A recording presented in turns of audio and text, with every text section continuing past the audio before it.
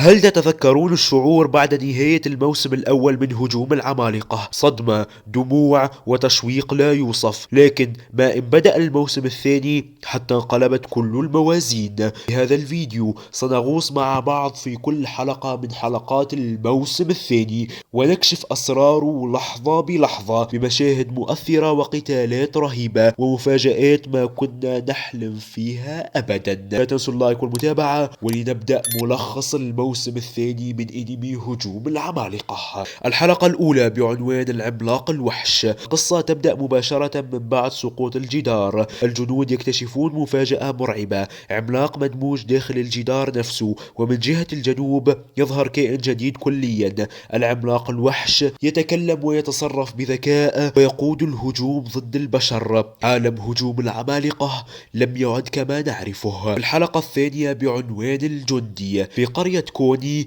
السكان اختفوا بالكامل، وعملاق غريب عاجز عن الحركة ووجهه يشبه أم كوني. الغموض يتصاعد، هل العمالقة كانوا بشر؟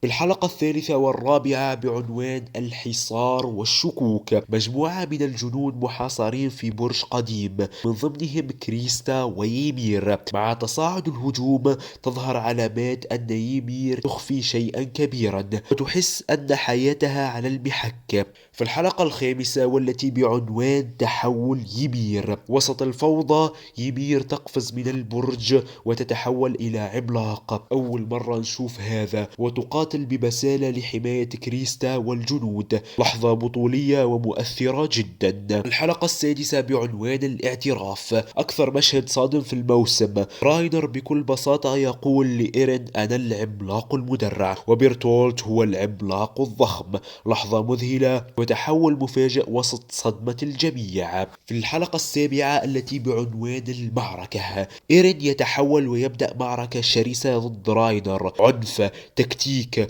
وقوة خارقة. معركة تعتبر من أفضل المواجهات في السلسلة. الحلقة الثامنة والتاسعة بعنوان الاختطاف والمواجهة. راينر وبرتولت يخطفون إيرين ويمير. في الغابة تبدأ الحوارات العميقة، وراينر يظهر صراع نفسي. إيرين يرفض كل تبريراتهم. في الحلقة العاشرة التي بعنوان ماضي يمير. فلاش باك مؤثر جدا عن يمير. كانت تعبد كإله، ثم تحولت إلى عملاق وعاشت وحدها لسنوات. ماضيها يفسر كثير من تصرفاتها. يمير شخصية غامضة، وبدأت الأسرار تكشف شيئا فشيئا. في الحلقة الحادية عشر والتي بعنوان الهجوم العكسي. وحدة الاستطلاع بقيادة إيروين سميث تصل إلى الغابة وتبدأ معركة لإنقاذ إيرين. الجنود يضحون بحياتهم، وميكاسا تدخل بقوة. الأكشن في أوجه في الموسم الثاني في الحلقة الحادية عشر. أما الحلقة الثانية عشر التي كانت بعنوان الصرخة. لحظة مأساوية، هانيس يقتل أمام عيني إيرين وميكاسا. إيرين ينهار ويصرخ، لكنها صرخة تغير كل شيء. يتحكم في العمالقة ويهاجمون العملاق المدرع. قوة جديدة تولد من قبل إيرين.